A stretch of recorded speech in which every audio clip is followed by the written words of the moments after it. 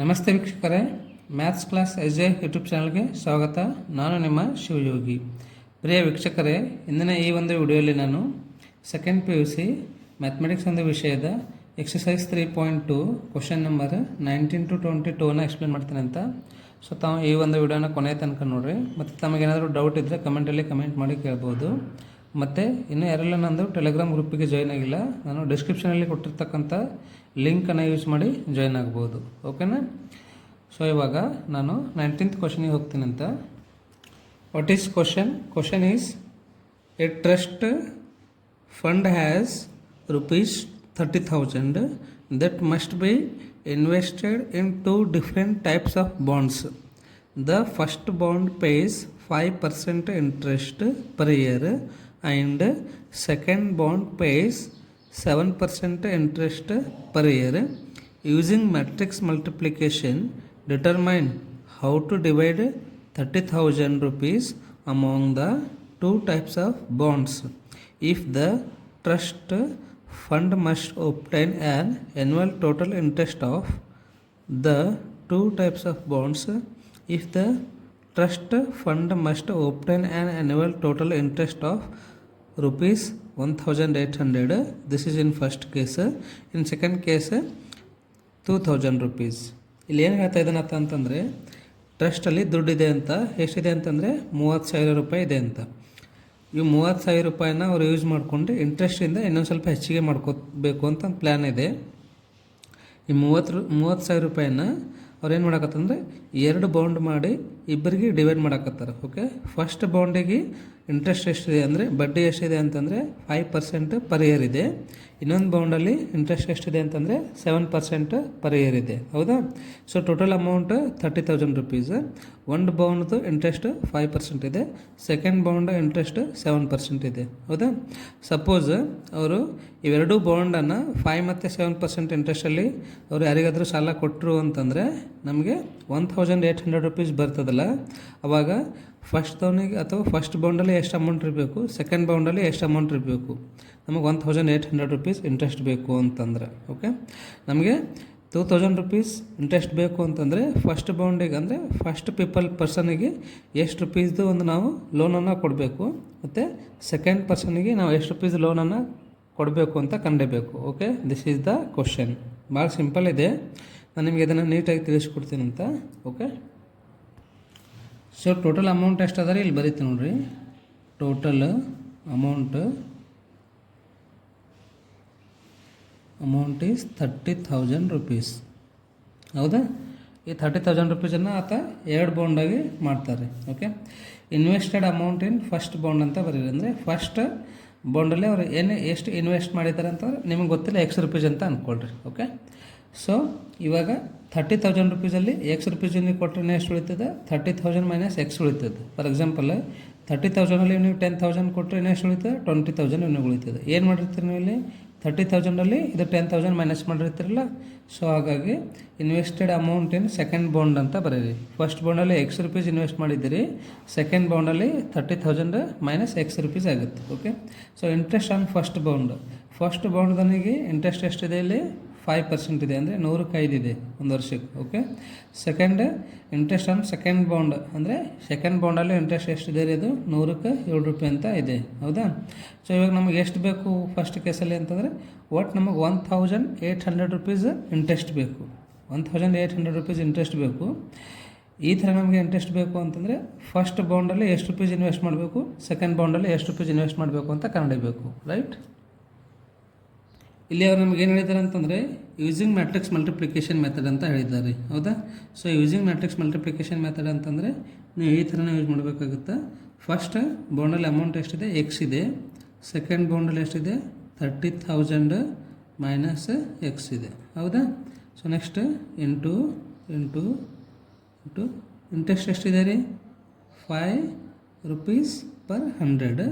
ಇದು 7 rupees per 100 ಇದೆ. ಹೌದಾ? So which is equals to ನಮಗೆ ಎಷ್ಟು ಬೇಕು? ಟೋಟಲ್ ಅಮೌಂಟ್ 1,800 ರೂಪೀಸ್ ಇಂಟ್ರೆಸ್ಟ್ ಬರಬೇಕು. ಹೌದಾ? ಸೊ ಇದನ್ನು ಎರಡನ್ನು ಮಲ್ಟಿಪ್ಲೈ ಮಾಡಿರಿ.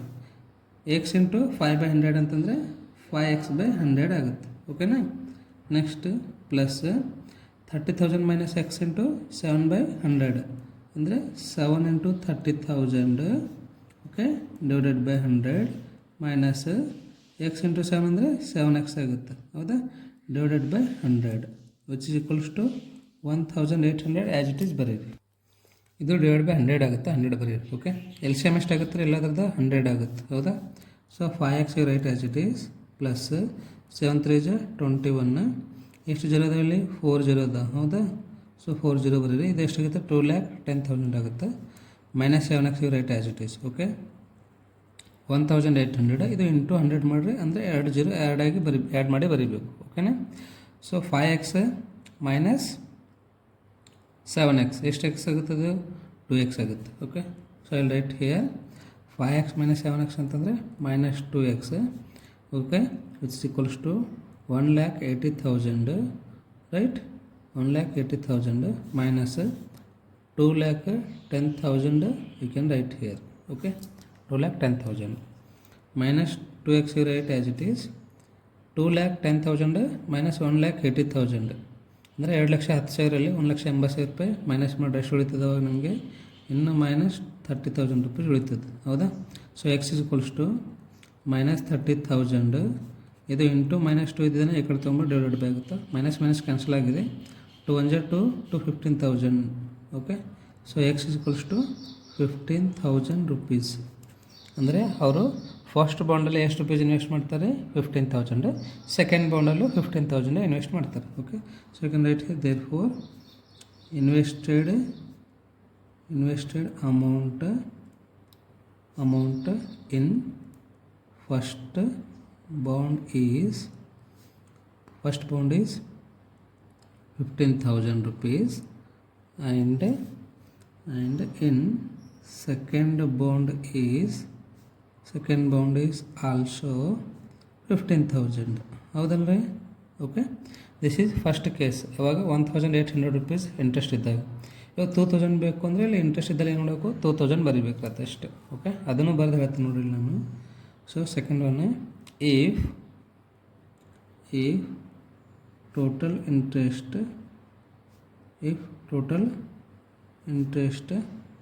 is 2,000 rupees then you can write here this equation okay. So that is so ನಾನು ಇಲ್ಲಿ ಡೈರೆಕ್ಟ್ ಇದನ್ನೇ ಬರೀಲಿ 1,80,000 ಇದ್ದಲ್ಲಿ 2 lakh ಬರೀತೀನಿ ಅಂತ 5x plus 2,10,000 minus 7x equals to 2,000 ಇದೆ ಅಲ್ವಾ ಮತ್ತು 2 ಜೀರೋ ಆ್ಯಡ್ ಮಾಡಿ ಬರೀಲಿ ಇದಕ್ಕೆ okay right.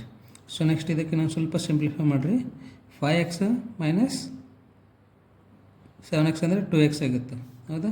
So minus 2x equals to 2 lakh minus 2,10,000 ಆಗುತ್ತೆ ಓಕೆನಾ. ಸೊ ಇವಾಗ can write here minus 2x as it is minus 2,10,000 ಇದೆ ಇದು ಪ್ಲಸ್ 2 lakh ಇದೆ ಮೈನಸ್ 10,000 ರೂಪೀಸ್ ಉಳಿತಿದೆ ಹೌದಾ. So x is equals to minus cancel ಆಗುತ್ತೆ 5,000 ರೂಪೀಸ್ ಆಗುತ್ತೆ ರೀ ಓಕೆ. ಅಂದರೆ ಫಸ್ಟ್ ಬಾಂಡಲ್ಲಿ ಎಷ್ಟು ರೂಪೀಸ್ ಇನ್ವೆಸ್ಟ್ ಮಾಡಿದ್ದಾರೆ ಅವರು ಎಕ್ಸ್ ಅಂದರೆ 5,000 ರೂಪೀಸ್ ಸೆಕೆಂಡ್ ಬಾಂಡಲ್ಲಿ 30,000 ಮೈನಸ್ 5,000 ಮಾಡಿ 25 ಆಗುತ್ತೆ ಹೌದಾ. ಸೊ ಅದನ್ನ ಇಲ್ಲಿ ಬರೀರಿ therefore invested amount in first and second bond is 5,000 rupees and 25,000 rupees respectively ಅಂತ ಬರೀರಿ okay. I hope you understood ಓಕೆನಾ. ಸೊ ನೆಕ್ಸ್ಟ್ ಕ್ವಶನ್ಗೆ ಹೋಗ್ತೀನಿ ಅಂತ ಇವಾಗ ಏನಿದೆ ನೋಡಿರಿ 20th question the book shop of a particular school has 10 dozen chemistry books ಎಷ್ಟು ಅದಾವ 10 ಡಜನ್ ಅದಾವ ಅಂತ ಓಕೆನಾ. 8 ಡಜನ್ ಫಿಸಿಕ್ಸ್ ಬುಕ್ಸ್ ಅದ ಅಂತ ಮತ್ತು 10 ಡಜನ್ ಎಕನಾಮಿಕ್ಸ್ ಬುಕ್ಸ್ ಅದಾವ ಅಂತ. Their selling prices are 80 rupees 60 rupees and 40 rupees each respectively. So ಅಂದರೆ ಪ್ರತಿಯೊಂದು ಬುಕ್ಕಿಗೆ 80 60 ಮತ್ತು 40 rupees ಅದಾವ ಅಂತ. ಅಂದರೆ ಕೆಮಿಸ್ಟ್ರಿಗೆ 80 rupees ಒಂದು ಬುಕ್ ಇದೆ ಮತ್ತು ಫಿಸಿಕ್ಸ್ 60 rupees ಒಂದಿದೆ ಮತ್ತು ಎಕನಾಮಿಕ್ 40 ರುಪೀಸಿಗೆ ಒಂದು ಬುಕ್ ಇದೆ ಅಂತ. Find the total amount the book shop will receive from selling all the books using matrix algebra. So ಇಲ್ಲಿ ನಾವು ಏನು ಮಾಡಬೇಕು ಅಂತಂದರೆ ಟೋಟಲ್ ಅಮೌಂಟನ್ನು ಫೈಂಡ್ ಔಟ್ ಮಾಡಬೇಕು. ಹೌದಾ?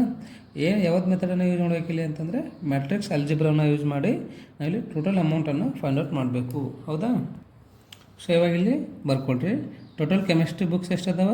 10 ಡಜನ್. 1 ಡಜನ್ ಅಂದರೆ 12. ಓಕೆ. ಸೊ 10 ಡಜನ್ ಅಂದರೆ 10 × 12 120 ಬುಕ್ಸ್ ಆಗುತ್ತೆ. ಹೌದಾ? 120 ಬುಕ್ಸ್ ಅಂತ ಬರೀರಿ. ಟೋಟಲ್ ಫಿಸಿಕ್ಸ್ ಬುಕ್ಸ್ ಎಷ್ಟಾಗ್ತಾವೆ? 8 ಡಜನ್ ಅದಾವ ಅಂತ. 1 ಡಜನ್ 12 ಇರ್ತದೆ. ಸೊ 96 ಬುಕ್ಸ್ ಆಗ್ತವೆ. ಹೌದಾ?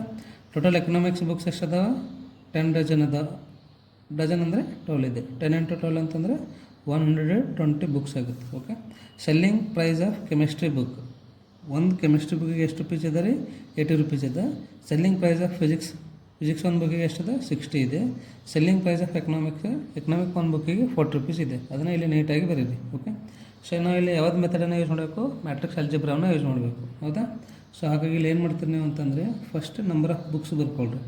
ಯಾವುದಿದೆ? ಫಸ್ಟ್ ಕೆಮಿಸ್ಟ್ರಿ, ನೆಕ್ಸ್ಟ್ ಯಾವುದಿದೆ? ಫಿಸಿಕ್ಸ್, ನೆಕ್ಸ್ಟ್ ಯಾವುದಿದೆ? ಎಕನಾಮಿಕ್ಸ್ ಇದೆ. ಹೌದಾ? ಇಂಟು ಈಚ್ ಬುಕ್ಕಿಂದು ರೇಟ್ ಎಷ್ಟು ಅದನ್ನು ಬರೀರಿ. 80, 60, 40. ಹೌದಲ್ರಿ? ರೈಟ್. ಇದಾದ ನಂತರ ಇವಾಗ ಮಲ್ಟಿಪ್ಲೈ ಮಾಡಿರಿ. First row first column. 12 8 ಎಷ್ಟಾಗುತ್ತೆ? 96 ಆಗುತ್ತೆ. ಹೌದಾ? ಇಲ್ಲೊಂದು ಜೀರೋ ಇದೆ, ಎರಡು ಬರೀರಿ. Plus 96 × 60. So 1 0 you can write as it is first. 6 6 36 ಆಗುತ್ತೆ. ಕ್ಯಾರಿ 3 6 9 ಎಷ್ಟಾಗುತ್ತೆ? 54 ಪ್ಲಸ್ 3 57 ಆಗುತ್ತೆ. ಹೌದಾ? Plus 12 4 48 2 0 you can write as it is. 9600 5760 4800 ಇವೆಲ್ಲವನ್ನು ಆ್ಯಡ್ ಮಾಡೋಣ ಅಂತ. Okay. So 9600 5760 next 4800. Okay. 0 you write as it is. This 6 you write as it is. Okay. 6 + 7 ಅಂದರೆ 13. 13 + 8 21 ಆಗುತ್ತೆ. ಓಕೆನಾ? ಸೊ ಕ್ಯಾರಿ 2 + 4 6 6 + 5 11 11 + 1 20 ಆಗುತ್ತೆ. ಸೊ ಟೋಟಲ್ ಅಮೌಂಟ್ ಎಷ್ಟಾಗುತ್ತೆ ರೀ? 20,160 ರುಪೀಸ್ ಆಗುತ್ತೆ. ಹೌದಾ? ಸೊ ಅದನ್ನು ಸೆಂಟೆನ್ಸಲ್ಲಿ ಬರೀರಿ. Therefore total amount of books. So total amount ಎಷ್ಟಾಗುತ್ತೆ ಬುಕ್ಸಿಂದು ಅಂತಂದರೆ 20,160 ರುಪೀಸ್ ಆಗುತ್ತೆ. ಹೌದಲ್ರಿ? ಓಕೆ. ಸೊ ನೆಕ್ಸ್ಟ್ ಕ್ವಶನ್ ಏನಿದೆ ಅಂತಂದರೆ assume X, Y, Z, W and P are matrices of order 2 × n, 3 × k, 2 × p, n × 3 and p × k respectively. Choose the correct answer in exercise 21 and 22. Okay. So ಇಲ್ಲಿ X, Y, Z, W and P ಇದು order ಕೊಟ್ಟಿದ್ದಾನೆ ರೀ. Okay. ನಾವಿಲ್ಲಿ 21 ಮತ್ತು 22 questions ಏನದಲ್ಲ ಇದ್ರದ್ದು correct option ಯಾವುದಾಗುತ್ತೆ ಅಂತ ನಾವಿಲ್ಲಿ ಚೂಸ್ ಮಾಡಬೇಕಂತ. ಓಕೆನಾ? ಸೊ ಏನಿದೆ 21st ಕ್ವಶನ್ ಅಂತಂದರೆ the restriction on n, k and p so that p + y + w + y will be defined are. ಅಂದರೆ ಪಿ ವೈ ಎರಡು ಮಲ್ಟಿಪ್ಲೈ ಮಾಡಿದಾಗ ಪ್ಲಸ್ ಡಬ್ಲ್ಯೂ ವೈ ಎರಡು ಮಲ್ಟಿಪ್ಲೈ ಮಾಡಿದಾಗ ಪಿ ವೈ ಮತ್ತು ಡಬ್ಲ್ಯೂ ವೈ ಇವೆರಡು ಮ್ಯಾಟ್ರಿಸಸನ್ನು ನಾವು ಆ್ಯಡ್ ಮಾಡಿದೆವು ಅಂತಂದರೆ ನಮಗೆ ಬರ್ತಕ್ಕಂಥ ಒಂದು ಆರ್ಡರ್ ಏನಿದೆ ಅಂತ ಹೇಳ್ತಾ ಇದ್ದಾನಂತ. ಎ ಇದೆನಾ, ಬಿ ಇದೆನಾ, ಸಿ ಇದೆನಾ, ಡಿ ಇದೆನಾ ಅಂತ ಕೇಳ್ತಾ ಇದ್ದಾನೆ. ಮತ್ತು ಈ ಒಂದು ಕ್ವಶನಲ್ಲಿ if n = p then the order of the matrix 7x - 5z is how much ಅಂತ ಹೇಳ್ತಾ ಇದ್ದಾನೆ. ಹೌದಾ? ಸೊ ಇವಾಗ ನಾನು ನಿಮಗೆ ಎಕ್ಸ್ಪ್ಲೈನ್ ಮಾಡ್ತೀನಿ ಅಂತ ಅವಾಗ ನಿಮಗೆ ಚೆನ್ನಾಗಿ ಅರ್ಥ ಆಗುತ್ತೆ. ಸೊ ಫಸ್ಟ್ ಏನು ಕೊಟ್ಟಿದ್ದಾನೆ ಅದನ್ನು ಬರೀರಿ. X1 ಮ್ಯಾಟ್ರಿಕ್ಸ್ ಏನಿದೆ ಅದರ ಆರ್ಡರ್ 2 × n ಇದೆ, Y ಮ್ಯಾಟ್ರಿಕ್ಸ್ದು 3 × k ಇದೆ, Zದು 2 × p ಇದೆ, Wದು n × 3 ಇದೆ, Pದು p × k ಇದೆ. ಹೌದಾ? ಓಕೆ. ಸೊ ನೆಕ್ಸ್ಟ್ ಇವಾಗ ನಾವು ಏನು ಫೈಂಡ್ ಔಟ್ ಮಾಡಬೇಕು ಅಂತಂದರೆ P Y plus W Y. ಹೌದಾ?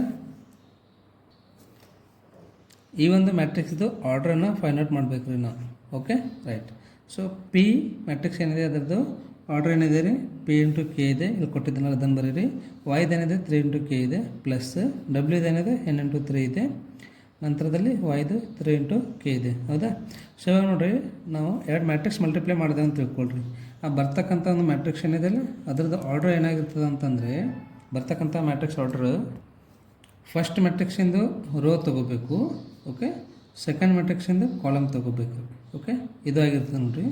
That is P into K ಆಗಿರ್ತದೆ. ತಲೆಯಲ್ಲಿ ಇಟ್ಕೊಳ್ರಿ, ಫಸ್ಟ್ ಮ್ಯಾಟ್ರಿಕ್ಸ್ದು ರೋ ಏನಿದಿರ್ತದೆ ಅದು ರೋ ಆಗಿರ್ತದೆ, ಸೆಕೆಂಡ್ ಮ್ಯಾಟ್ರಿಕ್ಸ್ದು ಕಾಲಮ್ ಏನಿರ್ತದೆ ಅದು ಕಾಲಮ್ ಆಗಿರ್ತದೆ ರೀ. ಬರ್ತಕ್ಕಂಥ ರಿಸಲ್ಟಿಂಗ್ ಮ್ಯಾಟ್ರಿಕ್ಸ್ ಏನಿದೆಯಲ್ಲ ಅದರದ್ದು ಅಂತ ಹೇಳ್ಬೋದು. ಓಕೆ, ಪ್ಲಸ್ ಇದ್ರದ್ದು ಅದೇ ಥರ ಡಬ್ಲ್ಯೂ ಇಂಟು ವಾಯ್ ಇದೆಯಲ್ಲ, ಈ ಒಂದು ಮ್ಯಾಟ್ರಿಕ್ಸ್ ಆರ್ಡರ್ ಏನಾಗುತ್ತೆ, ಫಸ್ಟ್ ರೋ ತೊಗೊಳ್ರಿ, ಇಲ್ಲಿದು ಕಾಲಮ್ ತೊಗೊಳ್ರಿ. Okay, R that is R ಏನಿದೆ ಇಲ್ಲಿ ಎನ್ ಇದೆ. ಓಕೆ, ಕಾಲಮ್ ಏನಿದೆ ಕೆ ಇದೆ. ಹೌದಾ? ಸೊ ನೆಕ್ಸ್ಟ್ ಇನ್ನೊಂದು ಇಂಪಾರ್ಟೆಂಟ್ ಏನಂತಂದರೆ, ಇವಾಗ ನೀವು ಪಿ ಮತ್ತು ಒಂದು ಎಕ್ಸಾಂಪಲ್ ತೊಗೋತೀನಿ ಅಂತ. ಓಕೆ, ಪಿ ಮತ್ತು ಡಬ್ಲ್ಯೂ ಎರಡು ಆ್ಯಡ್ ಮಾಡಬೇಕಾಗಿತ್ತು ಅಂತ ತಿಳ್ಕೊಳ್ರಿ. ಎರಡರದ್ದು ಆರ್ಡರ್ ಸೇಮ್ ಇರಬೇಕು. ಫಾರ್ ಎಕ್ಸಾಂಪಲ್ 2 ಇಂಟು 3 ಇದೆ ಅಂತ ತಿಳ್ಕೊಳ್ರಿ, ಇಲ್ಲಿ 2 ಇಂಟು 3 ಇರಬೇಕು. ಅವಾಗ ಮಾತ್ರ ಎರಡನ್ನ ನಾವು ಆ್ಯಡ್ ಮಾಡೋಕ್ಕೆ ಬರ್ತದೆ. ಓಕೆನಾ? ಸೊ ಇಲ್ಲಿ ರೋ ಎಷ್ಟದ, ರೋ ಪಿ ಇದೆ, ಇಲ್ಲಿ ಎನ್ ಅದ, ಇವೆರಡು ಈಕ್ವಲ್ ಆಗಿರಬೇಕು. Okay, so next second one K equal to K. Already K equal to K ಕೊಟ್ಟಿದ್ದಾನಂತ. ಇವಾಗ ನೆಕ್ಸ್ಟ್ ರೋಸ್ ಅಷ್ಟೇ ಈಕ್ವಲ್ ಆಗಿರಬೇಕು, ಅಂದರೆ ಪಿ ಈಕ್ವಲ್ ಟು ಎನ್ ಆಗಿರಬೇಕು. ಓಕೆ, ಅಥವಾ ಎನ್ ಈಕ್ವಲ್ ಟು ಪಿ ಆಗಿರಬೇಕು. ರೈಟ್? ನಿಮಗೆ ಪಿ ಈಕ್ವಲ್ ಟು ಎನ್ ಬಂತು, ಬಟ್ ಕೆ ಅಂದರೆ ಎಷ್ಟು ಗೊತ್ತಿಲ್ವಲ್ಲ. ಸೊ ಇಲ್ಲಿ ನೋಡ್ರಿ, ಕೆ ಎಷ್ಟಿದೆ, ಇಲ್ಲಿ ಕೆ ಇದೆ, ಇಲ್ಲಿ 3 ಇದೆ. ಹೌದಲ್ರಿ?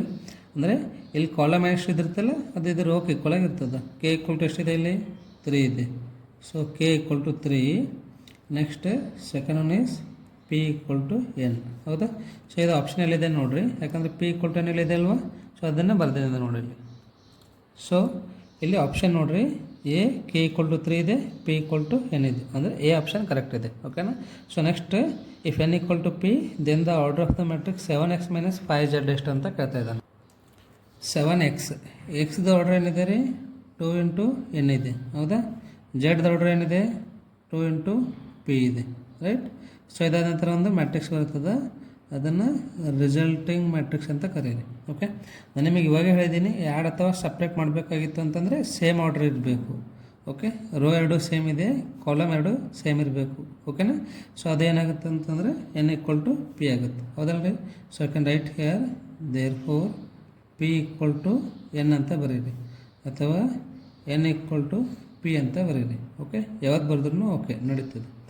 ಇಲ್ಲಿ ನಮಗೆ ರೋ ಎಷ್ಟಿದೆ 2 ಇದೆ, ಕಾಲಮ್ ಎಷ್ಟಿದೆ ಎನ್ ಇದೆ. ಹೌದಾ? ಅಥವಾ ರೋ ಎಷ್ಟಿದೆ 2 ಇದೆ, ಕಾಲಮ್ ಎಷ್ಟಿದೆ ಪಿ ಇದೆ. ಎನ್ ಆದರೂ ಬರೀರಿ, ಪಿ ಆದರೂ ಬರೀರಿ. ಹೌದಲ್ರಿ? ಯಾಕಂತಂದರೆ ಎನ್ ಈಕ್ವಲ್ ಟು ಪಿ ಇದೆ, 2 ಇಂಟು ಎನ್ ಆದರೂ ಓಕೆ, 2 ಇಂಟು ಪಿ ಆದರೂ ಓಕೆ. ರೈಟ್? ಆಪ್ಷನಲ್ಲಿ ಯಾವುದಿದೆ ನೋಡೋಣ ಅಂತ. ಇದ್ರದ್ದು ರಿಸಲ್ಟಿಂಗ್ ಮ್ಯಾಟ್ರಿಕ್ಸ್ ಏನು ಬರ್ತದೆ ನಮಗಂತಂದರೆ 2 ಅಂತ ಕಾಮನ್ ಅದ, 2 ಇಂಟು ಎನ್ ಆದರೂ ಬರಬೇಕು, ಅಥವಾ 2 ಇಂಟು ಪಿ ಆದರೂ ಬರಬೇಕು. ಯಾಕಂದರೆ ಎನ್ ಈಕ್ವಲ್ ಟು ಪಿ ಇದೆ ಅಲ್ವಾ, 2 ಇಂಟು ಎನ್ ಆದರೂ ಬರೀರಿ, 2 ಇಂಟು ಪಿ ಆದರೂ ಬರೀರಿ. ಓಕೆನಾ? ಸೊ ಇವಾಗ ಆಪ್ಷನ್ ನೋಡಿರಿ ಯಾವುದಿದೆ ಅಂತ. ಆಪ್ಷನಲ್ಲಿ 2 ಇಂಟು ಎನ್ ಇದೆ ರೀ, 2 ಇಂಟು ಪಿ ಇಲ್ಲ. ಬಟ್ ಪಿ ಇಂಟು 2 ಬರಿಬೇಡ್ರಿ, ಇದು ರಾಂಗ್ ಆಗುತ್ತೆ. 2 ಇಂಟು ಎನ್ ಆದರೂ ಇದ್ರೂ ಓಕೆ, 2 ಇಂಟು ಪಿ ಆದರೂ ಇದ್ರೂ ಓಕೆ. ಓಕೆ, ಎನ್ ಇಂಟು 3 ಇದು ಆಗಂಗಿಲ್ಲ, ಪಿ ಇಂಟು ಎನ್ ಇದೂ ಆಗಂಗಿಲ್ಲ, ಪಿ ಇಂಟು 2 ಇದೂ ಆಗಂಗಿಲ್ಲ. 2 ಇಂಟು ಎನ್ ಇದೆ, ಇದನ್ನೇ ಹಾಕಿ. ಸಪೋಸ್ ಇಲ್ಲಿ 2 ಇಂಟು ಪಿ ಇದ್ದರೆ ಅದನ್ನು ಬರೀರಿ, ಯಾಕಂದರೆ ಎನ್ ಈಕ್ವಲ್ ಟು ಪಿ ಅಂದ್ರಲ್ಲ, ಎನ್ ಈಕ್ವಲ್ ಟು ಪಿ ಹಾಕಿರಿ. Okay, so dear students, I hope you understood. Please you can share this video links to your friends as soon as possible. Thank you for watching.